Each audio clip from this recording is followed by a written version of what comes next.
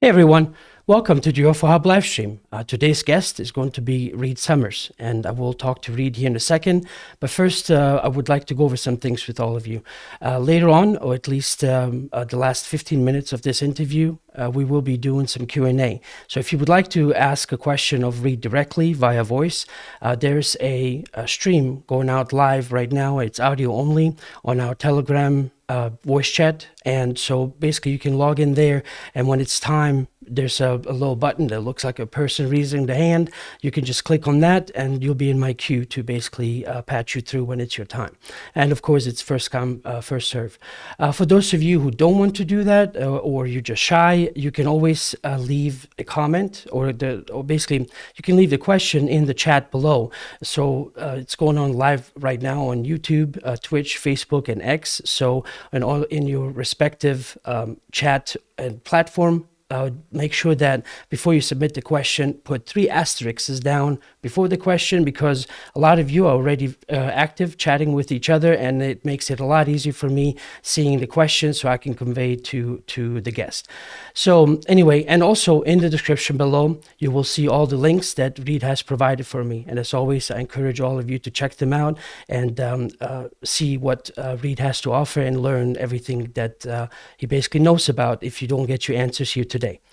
So I think I covered everything as quickly as I could, and because I would love to get into the subject and talk to Reed. So let me switch some things around, and I'll bring him in. Welcome, Reed. Thanks for being on. How are you? Thank you. Very good. Great to be here. Well, I'm glad we're able to connect. We had just a little scheduling, I guess, miscommunication, but it all worked out great.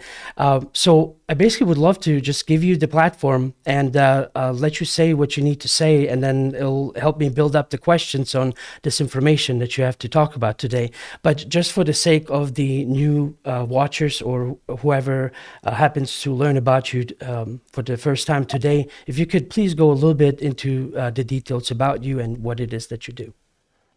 Certainly. Well, great. Thanks for having me again. And good to talk about these greater issues regarding contact and who's in our world, what they're doing, why. I always look forward to talking about this. I've been working for a little over a decade now, writing and speaking on the UFO UAP issue and the immense implications that contact have for the human race. And specifically, my focus is on the alien agenda itself. Understanding who is in our world, what they're doing, why they're doing it, and ultimately what their end game is. What is it all for? So the bulk of my work is focused on that.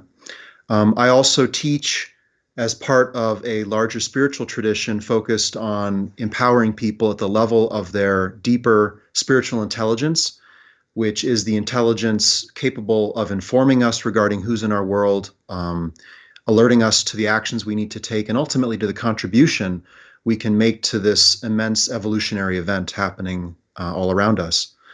So that's a little bit about me. And so please, as the title today suggests, start off, tell us, your point of view, because, when it comes to this field, you have many people with many different opinions and things that they need to, I guess, get off their chest, for lack of a better word, and then please tell us what it is that you have to say. Sure. Well, along with my father, Marshall Vion Summers, and my whole family, really, we've been looking at this issue of contact for many years.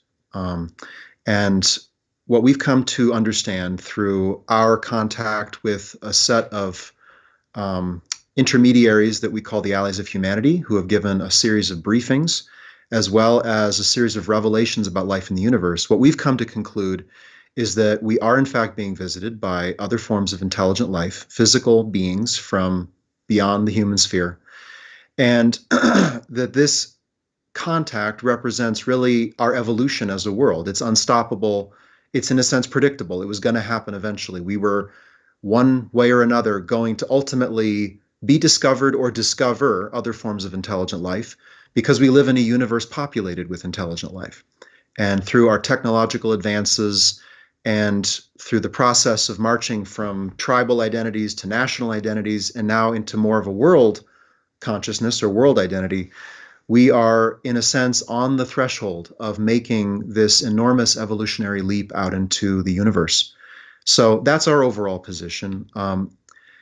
Specifically regarding who's in our world, however, we're making first contact not with beneficial forces, scientists, researchers, the enlightened of our local universe, but rather with another set of forces. We're making first contact with an intervening force who's in our world, really because of the world itself, really the resources and strategic position of this world. And that is borne out by the observable phenomena that we can see attached to this.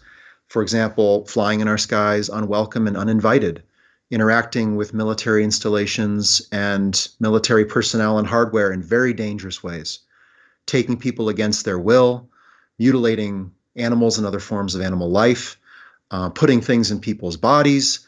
The list goes on. And when you look at the observable phenomenon regarding contact, what it leads you to understand is that we're making contact with an aggressive form of intelligent life that's here for their own agenda, which they are keeping deeply secret and undisclosed from the human population. And that represents a very long game. It's a very deep penetration into our world. It's been happening for over 80 years. And from the information that we've received and that we look at, it's hardly over yet. So we're deep into this alien agenda, and it is impacting the world in profound ways, not just physically, but also psychologically. There's a profound alteration of the mental environment as a result of the presence of this non-human intelligence in the world and their specific activities. So, in my view, what this all constitutes is an intervention whose purpose ultimately is colonization. And we can get into the very specific activities they're engaged in, which really bear that out. Please do. And well, yeah, and we'll get there. But you know, the basic take home here is we have an intruder in our house, and instead of opening that door and engaging with someone who claims enlightenment, technological ability to cure the ills of humanity, to fix the environment of the world, to end human conflict, and all they need is the keys to the house and access at any time, any way they want, we should say no to such a visitor, and we should be skeptical. We should be logically grounded in how we interact with the questions that arise around who's in our world, and not jump to these wild conclusions about spiritually enlightened saviors from beyond with the technology to heal whatever we're facing on Earth. So this is intervention, and ultimately it may lead to colonization. And there's a lot that leads up to understanding that, and then there's a lot that stems or flows from that understanding in terms of the actions we can take. So, Reed, what I wanted to ask you, so just now we've had the hearings not that long ago, and it seems like that the government is making progress. And so for most people, that's all they really would see. Most of them are not aware that there's this whole, I guess for lack of a better word, a niche of ufologists and ufology that has been going on since pretty much 1947. And so they don't know what some of this other information has been already that has come through.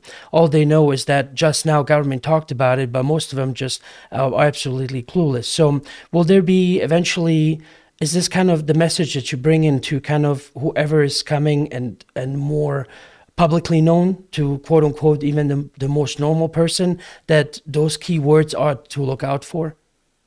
Well, it's a really important moment right now. A lot of people are being exposed to this reality through these congressional hearings and other data leaks and footage that's being released from the military, the U.S. military. So there's a huge pulse in mainstream awareness around this, which is really important because this event involves everyone on Earth. Everyone is a stakeholder. This is about the survival of the human race ultimately. And so for more people to become aware of it is really important. And like you said, most are not exposed to the field of ufology and the findings of that field and the deliberations over decades among all those researchers and authors. And, I hope more can be exposed to that, but obviously many and most won't be. And so I think the most important takeaway here, there are a number of important takeaways, but for the new person just walking in or stumbling into this, maybe having their oh wow or their OMG moment regarding it, it's important to stay grounded, to think as the native person of this world, or a member of the native peoples, because that is what we are. We are the tribe in the jungle that has been discovered by a force from beyond, as an analogy from our own history.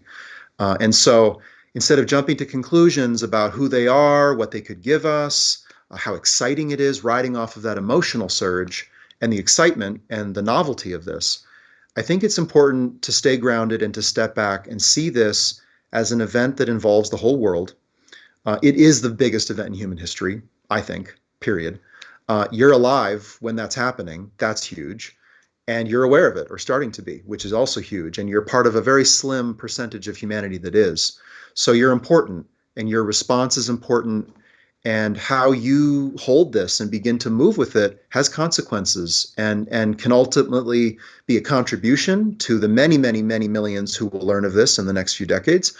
Or it can be detrimental, in fact. And the reason it's detrimental is that the intervention, the alien presence in the world, is working very hard to shape how we think and how we respond to this event. It's not neutral for them, and it shouldn't be for us. So it's really not just a little playground of novel sci-fi fascinations that we can play around with for a few years, few decades. It's consequential. We are making contact with a force, with the technology and the psychic development to influence and ultimately create the thinking and the emotions and the physical responses that we make to all of this. So we have an adversary that's much more advanced than us. So we need to start thinking like a member of this human family that's making first contact. We have to act on the best interests of the whole human family. So this is really a big shift now, I feel, from national security, national interests, which, turn on the TV, that's what predominates the conversation, whether it's the war in Gaza, the war in Ukraine, the interests of the EU. I mean, oil and gas, everything is about national interests, national security. This is a shift, a moment of shift from that to world security and world interest. And unfortunately, those governing the nations and the economies and the companies of the world are not at the forefront of that shift, believe me. I'm sure there are some who are, and I'm sure they're very dismayed, not knowing how on earth the bulk of this world is going to make that kind of a psychological shift from self, family, city, tribe, maybe nation, to thinking like a world, to thinking like a human, and acting on behalf of other humans. So it's a massive moment, and many new people are walking in. I do think it's really important to get oriented to the research and the findings of the UFO community thus far. A lot of it really points to this aggressive form of contact that I'm speaking of. And of course, there's many important contributions that have been made to that. Not time to go into that now. But ultimately, and we can talk more about this, it gets into action. Ultimately, I think we all, those who are new to this and those of us who have been looking at this for decades, it's time to answer the first question, finally, and with finality, which is, what is happening? Can we answer that question so that we can move on? Because there are other questions to ask and to answer. And in order to answer that first question, we have to be humble. We don't all know. I don't have all of the data on every spacecraft in the sky, at every person they've taken, every government official they've met. What I have instead for myself, and which I invite everyone to have, is a working conclusion. There is enough research been done, enough conclusive findings and suggestive findings that add up to a very clear, deterministic picture regarding the alien presence in the world and what they're here to do. And if we can come to a working conclusion, then we can start to act. And I think action is going to be really important in the years ahead. So, Reed, what I wanted to ask in regards to, from your point of view, in regards to how this contact looks, right? Right now, when it comes to a lot of these different things that we want to change on the planet, just never mind aliens, we always kind of have a representative, and they're supposed to represent us in Congress and do all the things that need to get done based on what we think we voted on. And so we already have a little control when it comes to the ultimate outcome as is, because what gets worked out on a governmental level, it kind of just leaves us kind of on the sidelines looking at what had just happened. When it comes to then, especially, let's say, for lack of a better word, them landing, wouldn't it be in a way kind of a similar representation to where it's not that every single person would interact with every single one of them, or is it that our government representatives are going to be the ones to make that initial contact? Because then the only way we change it is to then tell our representatives saying, hey, we don't want this, unless you're saying that it will be more of a one-on-one, and then we individually would have to say no. Great questions. And I think at the end of those questions is the question of what on earth can a person do? Given that the governments hold all the cards, they have all the history on the involvements with this ET presence, the technology that's been transferred and so forth. And we have a lot of problems in the world that are sucking up a lot of attention. And even on those problems, we barely have the unity to act decisively. I'm thinking of the climate crisis, some of the conflicts that are erupting in the world. So good questions. I think we need to step back and look at the ET presence that's in the world and what they're doing. First off, they are a small presence. They are a non-military presence, but they are technologically and psychologically extremely adept. Their goal is very deep and very long-term, and as such, it's likely to stay underneath the public consciousness, possibly permanently. So there is no White House lawn landing event. There is no grand situation where we pick our best scientists, engineers, military leaders, politicians, and send them into a huddle or a round table with a couple ET representatives. You can wipe that off the map. In effect, that happened 50 years ago, probably, or longer. Those conversations, those backdoor meetings have occurred, and there's been layers upon layers of them. This ET presence as a small non-military force is relying on their ability to persuade people at the level of the mental environment, which we can talk more about, at the level of the messages and the conspiracies that they can introduce into the human society, or human social landscape. And then also they're banking on their work with abductees and their program of hybridization, which is going to be so profoundly negative and destructive to the human genetic integrity and to the human species, and so difficult to stop and detect because of how deep and slow and pervasive it's being undertaken. So this is the ET presence. They are not capable of dealing with a lot of human resistance. In fact, their plan is to almost minimize human resistance to zero, lengthen the duration of their program, deepen its effect on us psychologically and genetically, and penetrate those corridors of power, much of which represent non-elected corridors of power. So in the commercial scape, for example, or in the deep government, deep state, and make their contacts and place their individuals in those positions ultimately, and affect change in many, many layers back from what we, the people of this world, experience on the street level of life. So we're not involved. We're cut out completely by the ET presence. Okay, let's just make that clear, because they are the origin of the secrecy. They are the masters of secrecy, and their activities in reaching out to those people in positions of government, military, commerce, and religion, by the way, their activities to reach those people and influence them, make their offers of peace, power, and technology. That is what is creating these deep and destructive secrecies in the human landscape, in the human world. So the people are cut out. The ET force is small, operating in this very deep fashion. They've made their contacts, they're working through those, and they're engaged in their program. So the good thing, though, is that it's a very weak and brittle plan. They are not creative, they are not flexible, they are not adaptive. They don't think like us, by the way, and that's another conversation, is what is the actual psychology of these alien beings? But by the way, it is not like you and me. These are more, the way they think is far more hive-like, machine-like, programmed. There are echelons within the alien hierarchy of beings literally programmed and literally genetically created for their function.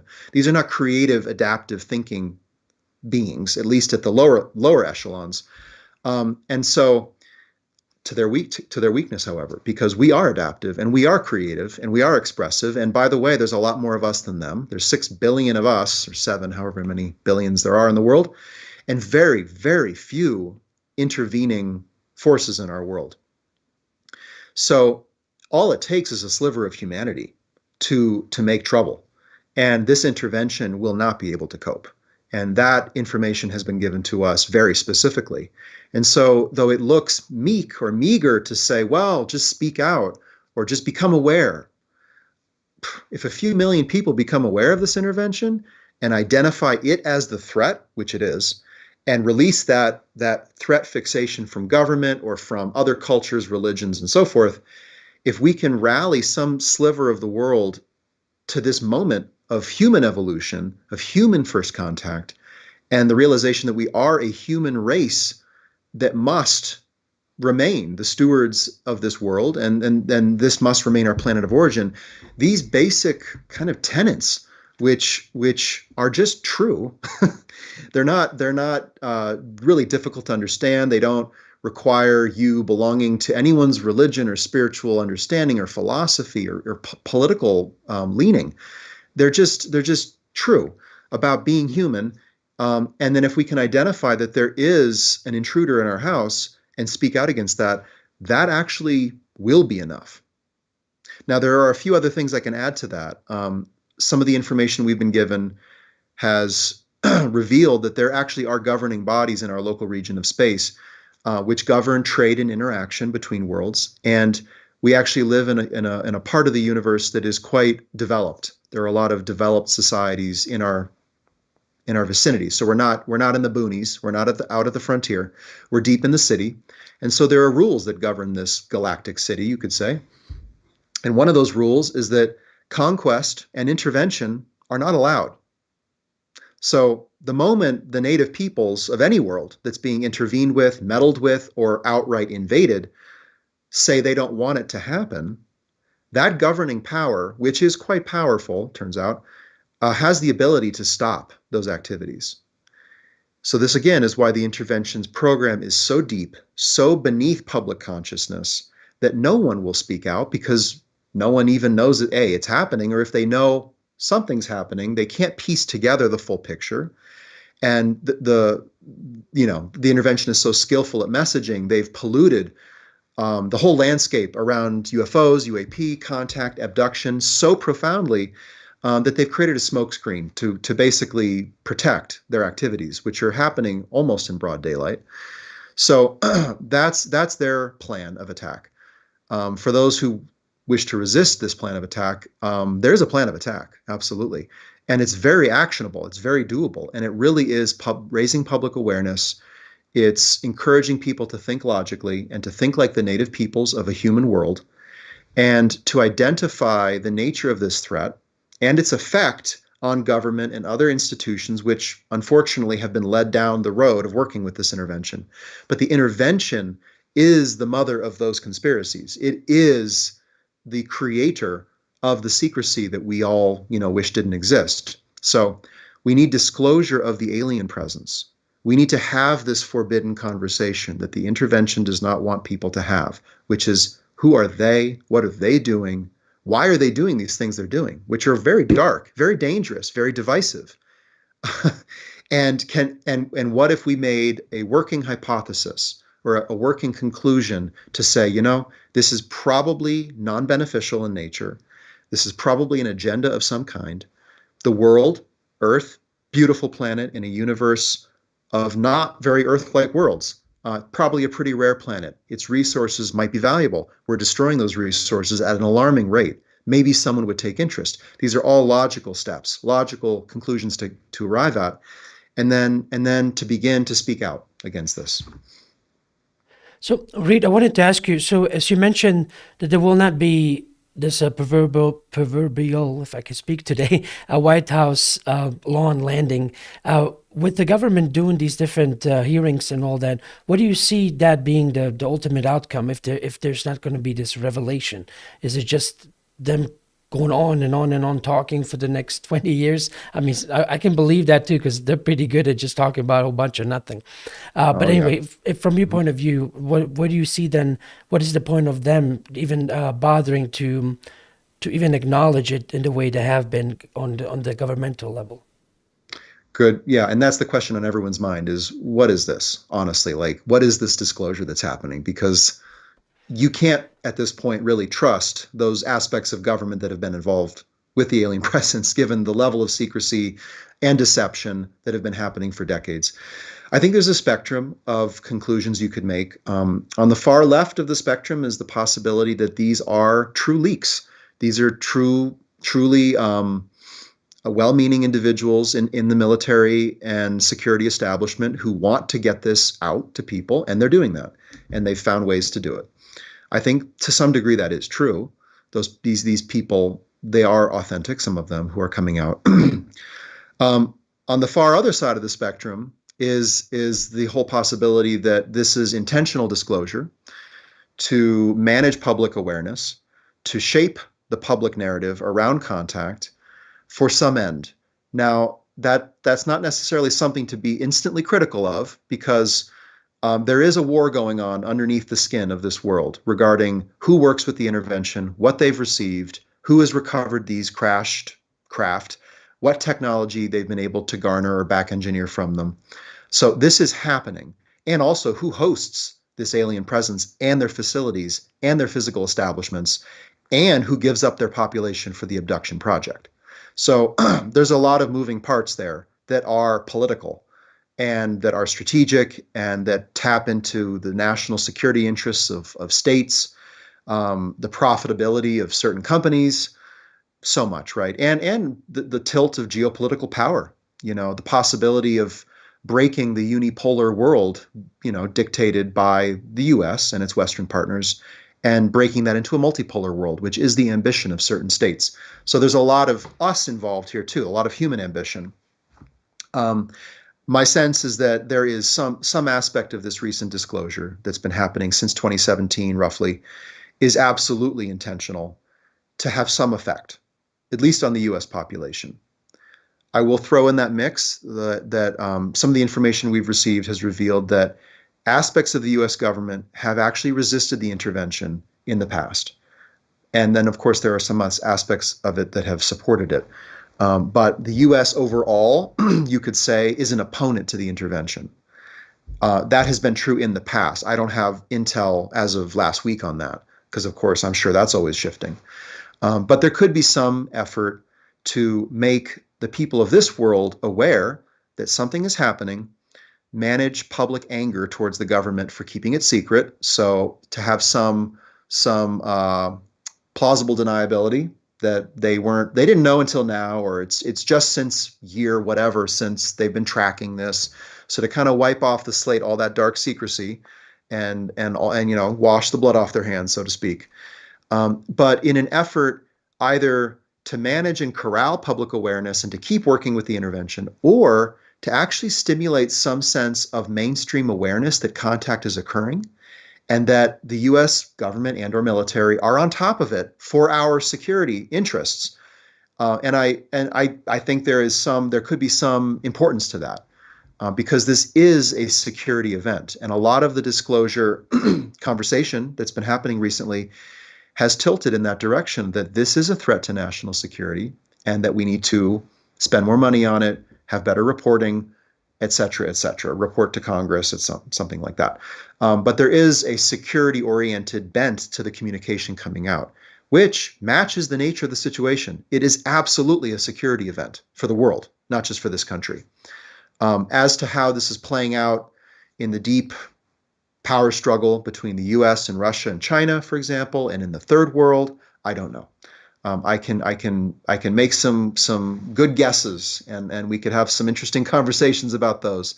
But I think that's how I hold it. So I'm sorry if it seems like I'm kind of jumping around, but it just I'm basically trying to go back a little bit what you said earlier. What is then their purpose of these different abductions, and what do you understand? What is the purpose of that? And if you can go into as much detail as possible. Sure. Okay. Well, let's actually step even a little further back and talk about who's in the world. According to, again, our understanding and our research and the information we've received, the forces in our world that were beneficial or neutral, that were observing us or possibly wanting to help, have pulled out of involvement in this world as of several decades ago in order to create an unambiguous situation that humanity can respond to. So there were beneficial and neutral forces in the world, and they were partly here because the intervention was here and has been working in such a negative fashion here. Those forces have retreated, both, again, to help us have a clear picture and a single foe to focus on, knowing that we are not going to be able, no matter what we think we know about their morphology, their physiology, their planet of origin, we're not going to be able to suss out who is friend and who is foe. It's like a native person sitting on the coast of South America, looking at different tall ships with different flags and saying, oh, the blue and the red flag, those are the good guys. The green and the red flag, oh, those are the bad guys. Let's work with those guys. Good luck, right? You don't know who you're engaging with, and the flags don't mean anything, so to speak. So the neutrals and the beneficials are not here anymore, physically.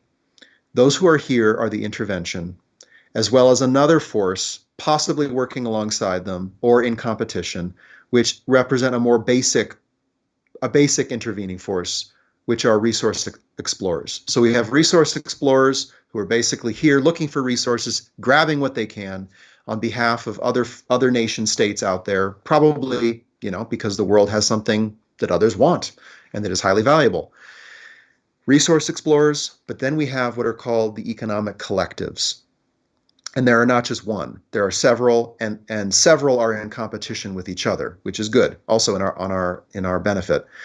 Altogether, I call this the intervention. This is, in essence, it is negative, it is extractive, it is exploitive, it does not have our interests in mind, and it is not beneficial contact, the intervention. So just to know that within that term are several different forces, and it's comprised of different things. And Adnan, I got off track from your question. Remind me, what was it again? Now you're catching me off guard. I'm trying to remember you real quick. I'm diving deep, but you had a really good question. You wanted to step back and look at. The question was about from your point of view, what is the point of their abductions? Because I know, because a lot of times people have talked about the genetic modifications and them making like other versions of themselves, but that's what the general ufology field talks about. What do you have that you could maybe add to that? Yes, for sure. Thank you. That's where I was actually going to go next, but I forgot. So within the intervention, we have the resource explorers and the collectives. The collectives are the ones that are engaged in genetic alteration of the human race. They're the ones that have studied us for decades, that have analyzed our psychology, our spiritual inclinations, everything about us. And so they are the ones that are taking people against their will and not only conducting experiments on them, not only using their physical bodies and tissue for various purposes, not only impregnating them and taking those fetuses out of those women's bodies and using them for development, but ultimately all of it is a program to create a absolutely human looking, walking, talking individual that we would likely not be able to discern as not human, who is aligned to the intervention, who has their powers of psychological influence and persuasion over other minds, and to place those people in the positions of power where they need them. Ultimately, to create a human alien proxy that can govern the various aspects of how the world works, that serves the interests of the intervention, that is aligned to the intervention at the deepest genetic level, and then ultimately to govern us as some kind of workforce and to oversee the extraction of the resources that the intervention is here for. They themselves, the alien forces in our world, cannot live here unprotected. They cannot build a society here. They cannot supplant us. The biological hazard of our world is enormous and not to be underestimated. So they need to create a life form that is indigenous, or it has those indigenous capabilities, qualities, but is fully aligned and woven in to their superstructure that they operate. with all these echelons of different beings at different levels. That's essentially the program itself. That's the hybridization program, the abduction phenomenon of people being taken, experimented on, shown things, shown positive things, told positive things about the visitors and why they're being taken. All of this is the narrative the intervention is creating and the side phenomenon that surrounds this very deep and secretive project. So earlier you mentioned about this neutral beneficial force that has withdrawn. Do you have a time span for that? Was it something recent, something quite some time ago?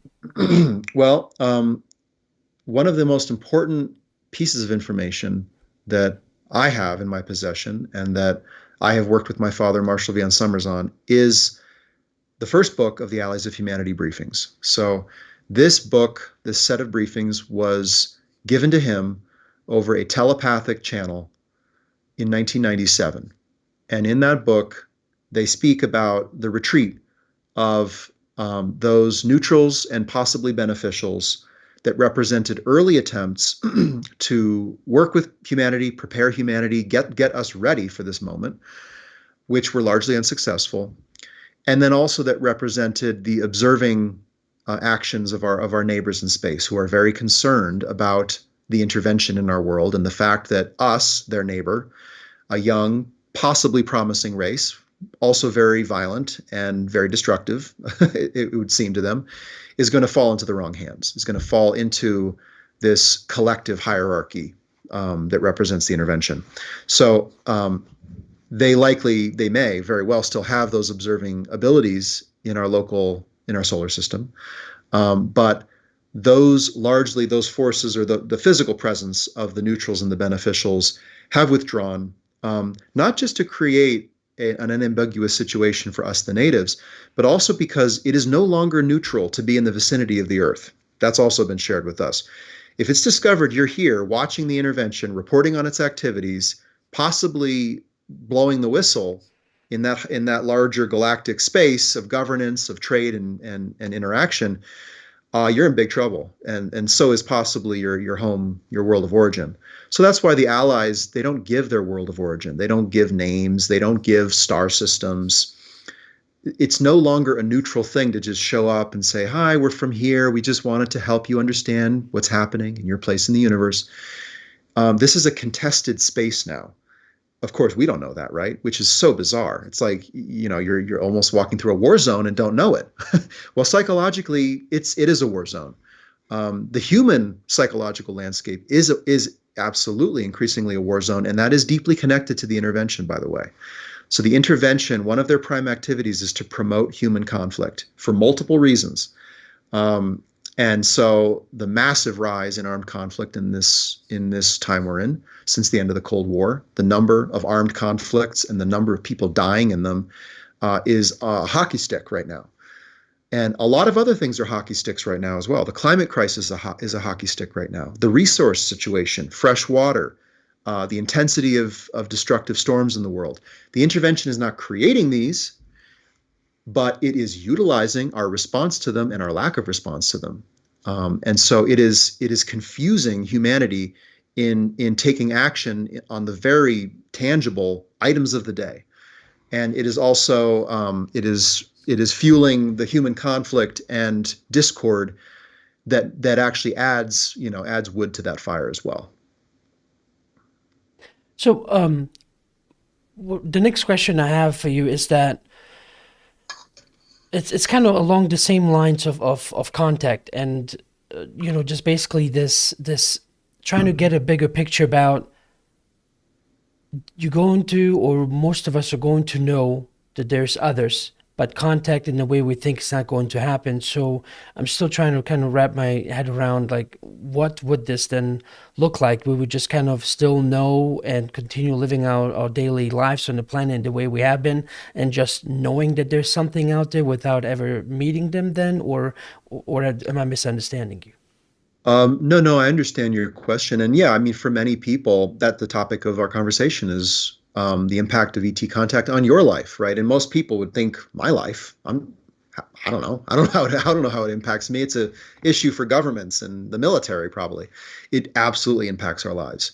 It is changing the psychic environment that we live in every day, amplifying conflict, not just between countries and large groups, but in the social space as well, fueling social movements that are divisive. Um, yeah, the change to the psychic is really powerful. Obviously, it's taking people against their will. So if you're a victim of that, this is profoundly affecting you personally. So okay, there's a big effect on us personally. And this will ultimately change the very world we live in. So if you care about that and the world that your children will live in, then you should care, I would say. Um, so important to understand that this is going to have an impact on us. But what can the person do? Like you're saying, beyond walking around knowing this, there absolutely is a whole thing to do. And that's what I've spent the bulk of my adult life and what I've worked with my father Marshall on for his whole life is a comprehensive preparation for contact personally at a mental, spiritual, psychological, physical level, all those levels. There's a whole process really to undergo to begin, certainly to become aware of what's happening regarding the intervention, to become a little more educated about life in the universe around us, because we have to understand the space in which our world exists, because that's where the intervention comes from. They are an actor in that larger space. If we know nothing about that space, that's a problem. And the Allies briefings are a huge contribution to the education about how worlds interact, trade, travel, what goes on around us. What is this neighborhood of life we're in? We need to have some picture of that. And then with that, we can begin to take action. There's collective action to take, there's individual action to take. Regarding the individual action, believe it or not, it doesn't all have to do with contact. It's really important, if you're going to be a contributor individually to all this, that you have your life in order, that you're a well-functioning human being, because we are human beings now engaging with other beings that are, life forms. They've got their act together, believe me. We don't have our act together.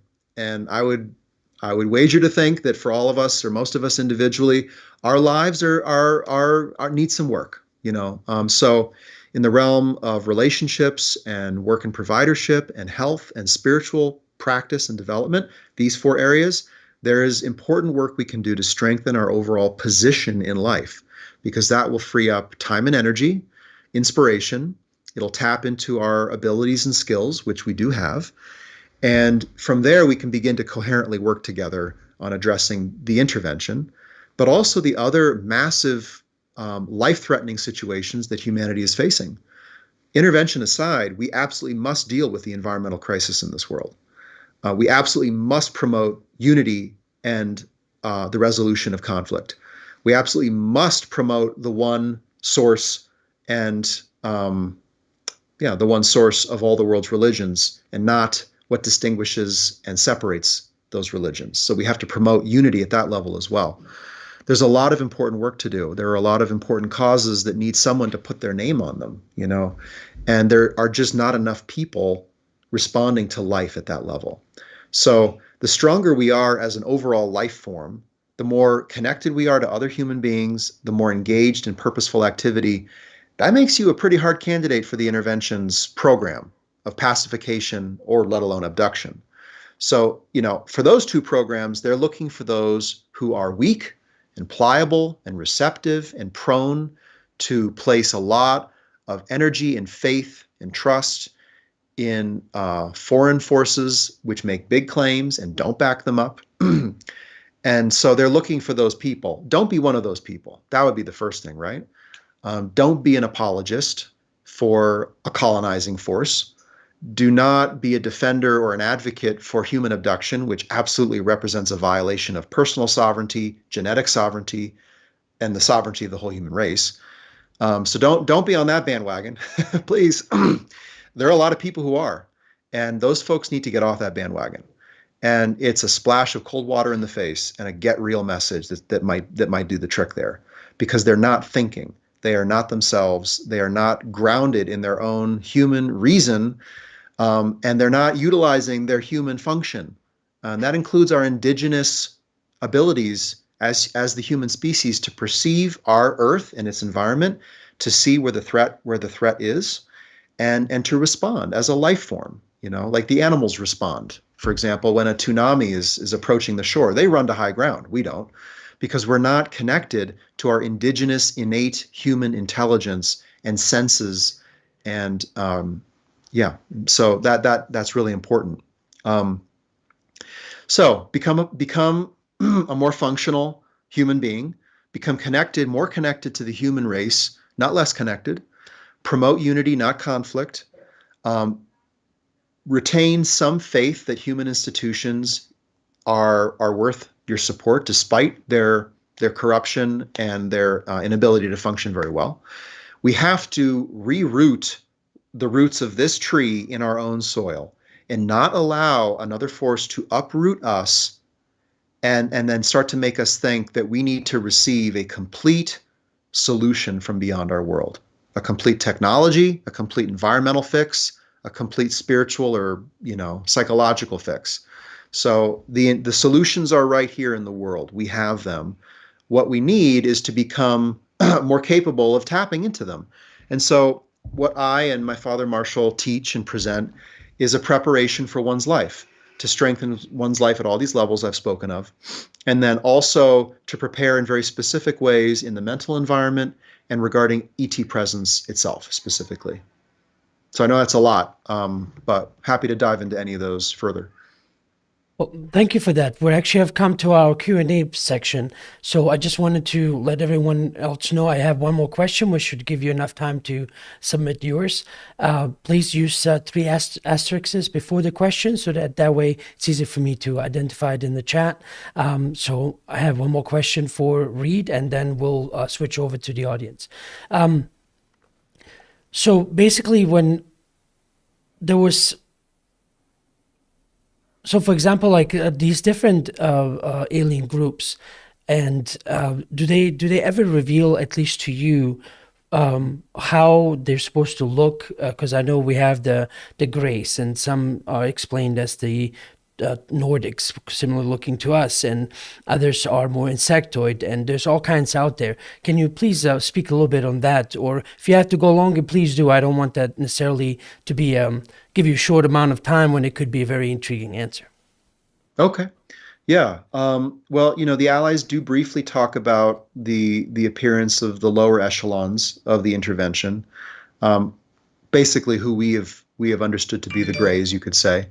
Beyond that, I think conjecture is a little treacherous there, especially if we're going to start to make determinations on what an insectoid-looking one is doing or means to do versus a Nordic-looking one. There are multiple races of alien life involved in these collectives. Within each collective, they're multiracial. They're not one race. So it's not as simplistic as saying, well, there's the tall ones and the short ones, the white ones and the dark ones, and we can kind of compartmentalize what they're doing and start to make decisions on that. These are multiracial. And if people are shown the actual physical form of a being, they're meant to be shown that. That's intended. Some of these morphologies or physiologies could very well be psychic creations put in the mind of people to give them a more pleasant concept of who they're interacting with, something more humanoid, something more gettable, so that they feel safe and more receptive to whatever's being done to them. And also these things could be inserted into people's minds simply to cover the intervention's tracks. For example, this whole thing on military abduction. Everything's the military, the military, the military. People have memories of being taken on board helicopters. Oh yeah? Well, guess what? There's a force in the world easily capable of planting all those very specific memories and visuals into the minds of people and erasing everything they went through regarding the alien side of their contact experience. This is, again, we are so ill prepared in the mental environment. The peoples of the religions of the world, many people are very receptive to having visions of a saint or a prophet or the return of a Messiah or something like this. All of those powerful visual and emotional internal experiences can be placed inside the psyche of people and in the psyche of masses of people. The intervention has those capabilities. And the Allies say very clearly they intend to use them at the right time. They even say very specifically that there will be a second coming, but it will not be the second coming of who people think. It will be a member of the intervention who will play that card on the Christian population. But even the Muslim population, part of it, the Shia part of it, has the return of the Imam who occultated some centuries ago. That's another messianic or prophetic thing that can be fulfilled very directly by the intervention. And I'm sure other religions have their own. So regarding what the aliens look like, I wouldn't get too fixated on that, because what in the end will you do about it? In the end, this is about survival of the human race. It just is. I know this, you may want to keep it something more at an interest level, something for like, bedtime reading or documentaries over dinner. And I like to read and watch that stuff too. But we have to begin to elevate our level of participation in this issue beyond a personal interest. Probably it's hitting us way deeper than that actually already. We are moved and struck, and we feel called to be a part of this in some way. So that implies action and participation. So already, I mean, the reason we all are interested in this, many of us, it's not just because it is interesting. Well, there are many interesting things in the world. It's that we are struck at a deep level. We are interwoven with this issue at some level. And I think that's important. That's purpose. But to get to purpose, we need a working conclusion, and we need some degree of education. But then we also need to begin acting. And, all of the alleyways that go off Main Street on this, in terms of what they look like, what star system they're from, all of this stuff, it does not lead to action. Believe me, you will not be able to act intelligently on any of that. So I would pull away from that a little bit myself. Great. Thank you, Reed. I appreciate it.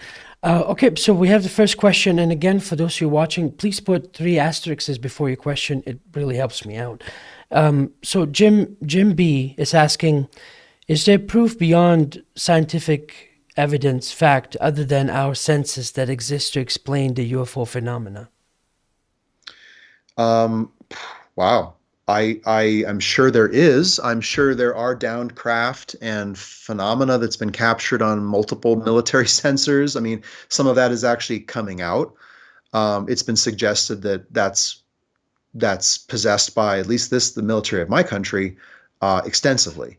There are hangars with things in them. So yes, there absolutely is scientific, physical evidence.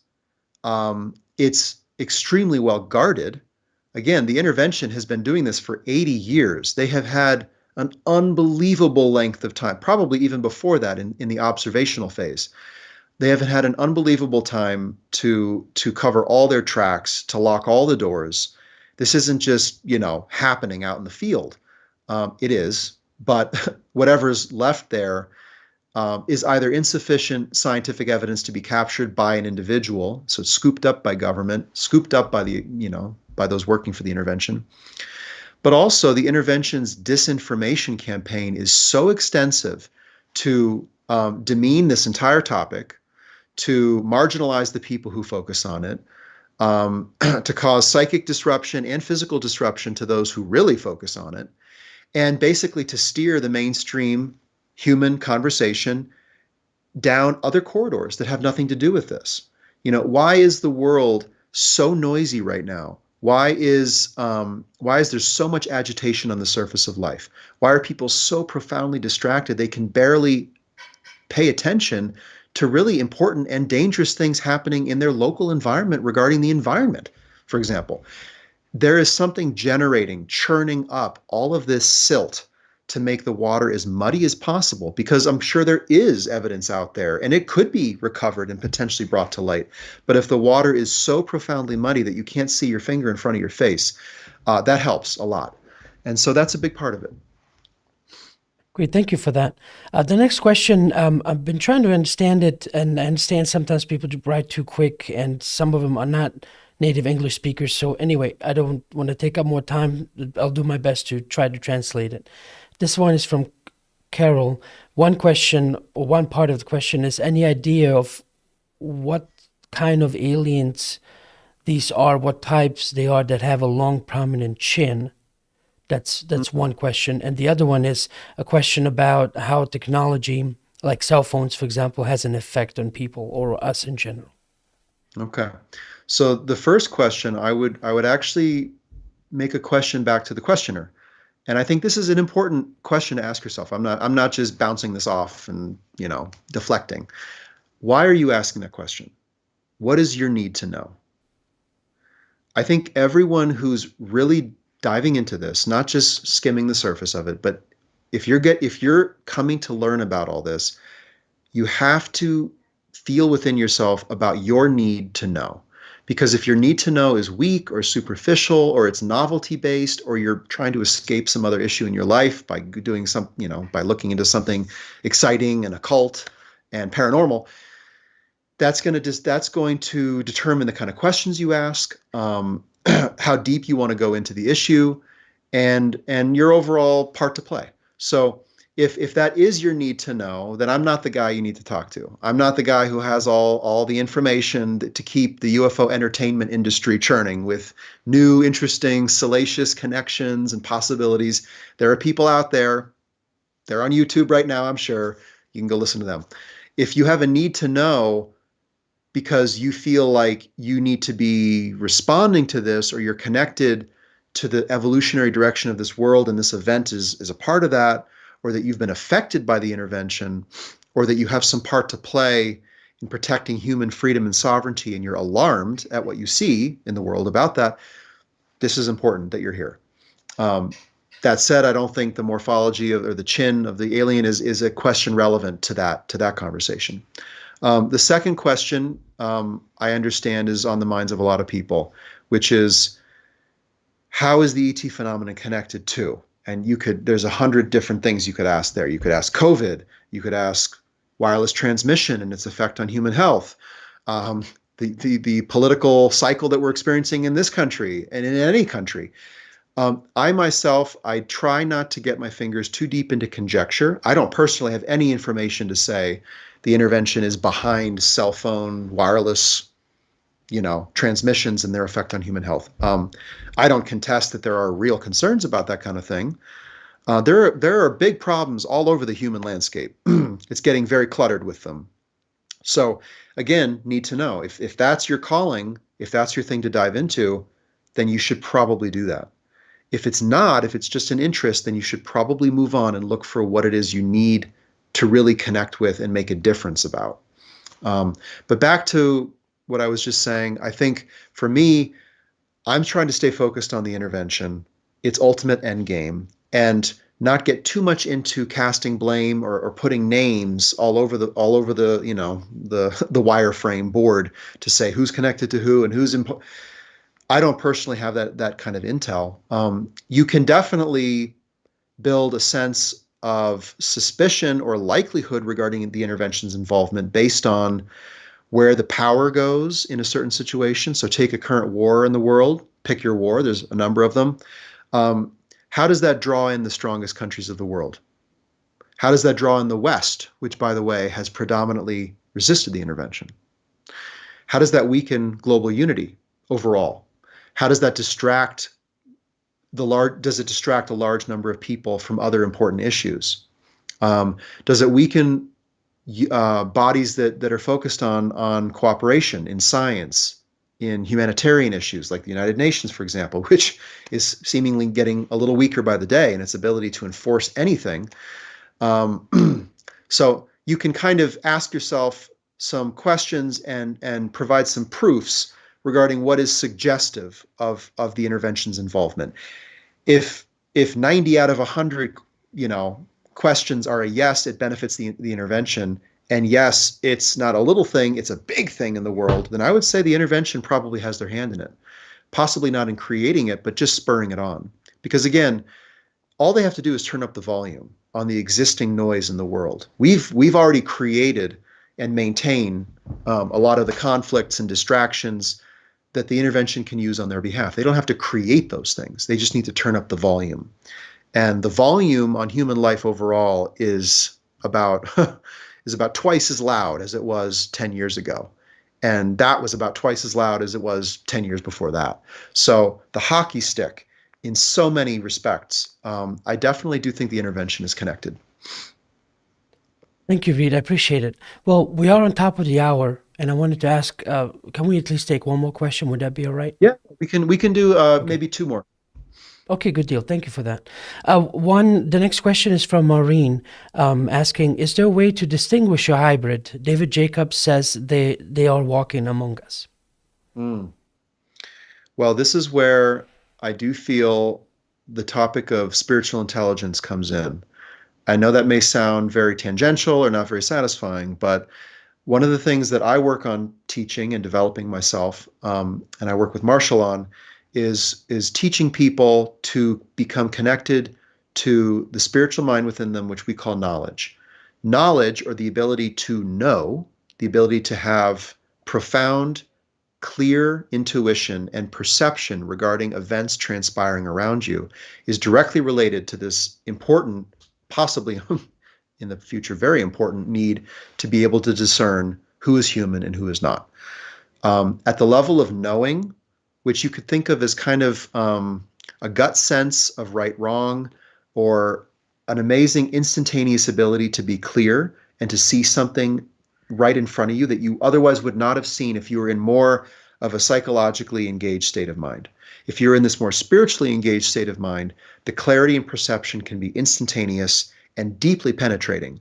This is where, if you're having a conversation with someone and instantly you know they're about to tell you that they have cancer, or you're listening to someone at a work meeting and you know that they're lying and it's for their own promotion, for example, you have this instantaneous clear perception, and it wasn't because you deduced it or you deduced it from what was said or done.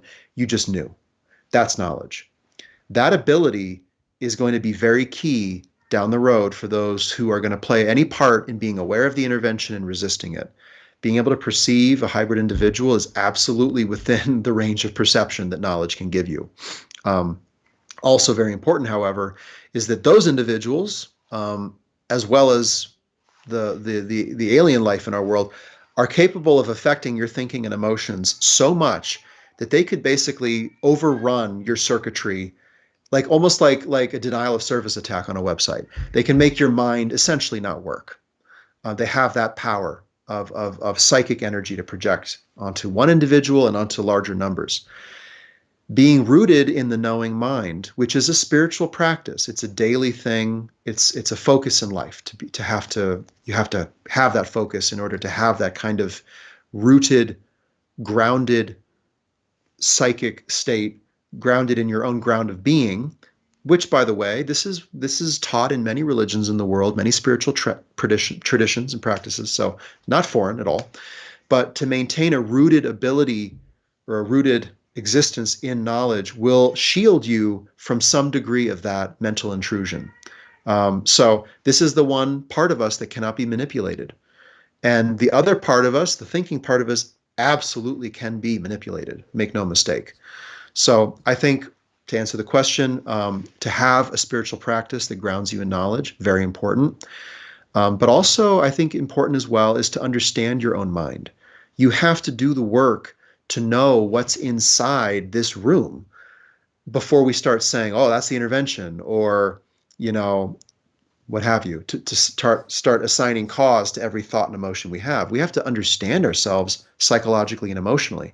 The intervention has done that work. They've studied us for decades. We have to study us. So we have to understand the human vehicle if we're going to drive it into this new world reality. Great, thank you, Reed. The last question is from Flotilla, asking, what do the beings who are abducting us look like? Well, if you'd like to know more about that, I do recommend you look into the works of those who have studied the abduction phenomenon very directly. So David Jacobs, Bud Hopkins, Carla Turner are a few.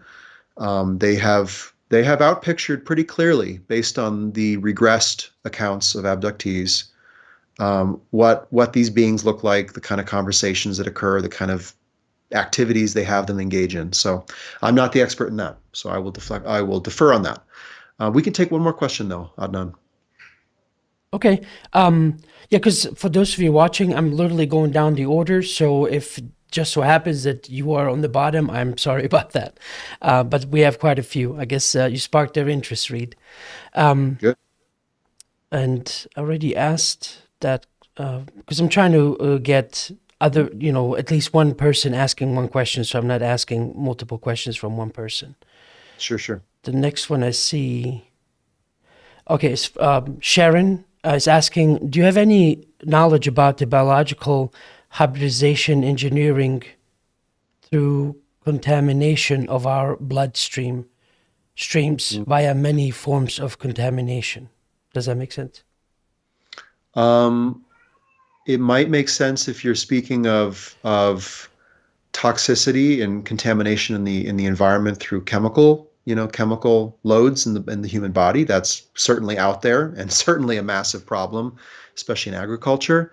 I can also say that the intervention, one of the resources they're here for, it's not oil and gas, it's not iron and steel and things like that, things of interest to us. It's mainly biological. The world has been considered a biological storehouse for millennia, dozens of millennia. The world has had ancient forms of contact, but they've not been intervention, and they have not been attempts at full colonization like we're seeing now. But they have been attempts to take samples from this world, to store things in this world, and to engage with the native peoples at various levels for various purposes, some of them beneficial. But blood plasma is one of the things the Allies speak of as one of the important resources that humanity has in abundance that the intervention wants. So basically the picture that they paint is that in the universe around us, we have a lot of barren worlds that have been colonized, but not worlds that have given rise naturally to life or advanced forms of life. And then there are a lot of space-dwelling forms of life out there. And there's a lot of trade between them. And biological resources are actually quite rare and necessary as a basis upon which to develop many different things, technologies, food sources possibly. So humanity has a lot of biology, unfortunately, and the Earth does as well.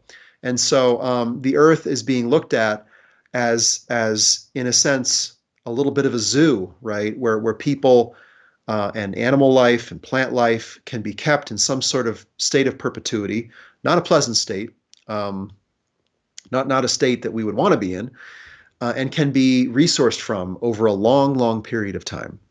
And so that's part of the intervention's aim.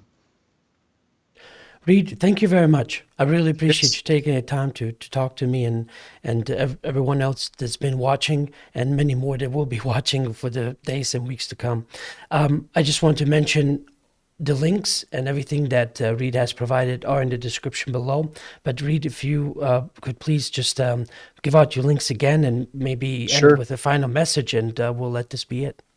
Sure. Well, if you'd like to read the Allies briefings, they're free online at alliesofhumanity.org, and they're translated into many languages. If you'd like to know more about the spiritual preparation for all of this, there are a couple books I would recommend. The first is called Preparing for the Greater Community by Marshall V. Summers. And the second is called Steps to Knowledge.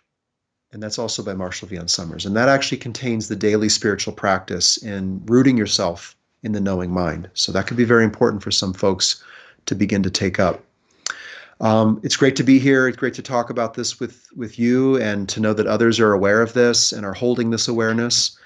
I think what's important is to develop that working conclusion, to answer the first question of what is happening, and move on to take our place in creating the solution to this. And it's not just a big bad thing. It's actually inspiring, and it's really important to bring out our deeper gifts as individuals in the world. We have some contribution to make. I think we know that. We're built to give. And so it's really important that we find our place to give. And the world is giving us many opportunities to make a contribution, make a difference, and possibly the biggest of them all, and one that is highly underserved, is responding to this event of contact, this intervention, and this attempt at colonization. Someone's out there have to put their name on that one. And so if you're that person, I hope that you can start to come to terms with that, to prepare your life for what that'll mean, and to get going on and taking important action on that. So I'm happy you're out there. I know you are. Well, thank you again. I really appreciate it. Well, Yes. everyone else watching, I appreciate you tuning in, and I hope you tune in next Wednesday at 7 p.m. Central. And that's pretty much it for today. Please do check out all the links that Reed has mentioned in the description below. Is already all the links are available there for you. So just clicking on it makes it even easier. So Reed, thank you. Everyone else watching, I appreciate it. And until next time.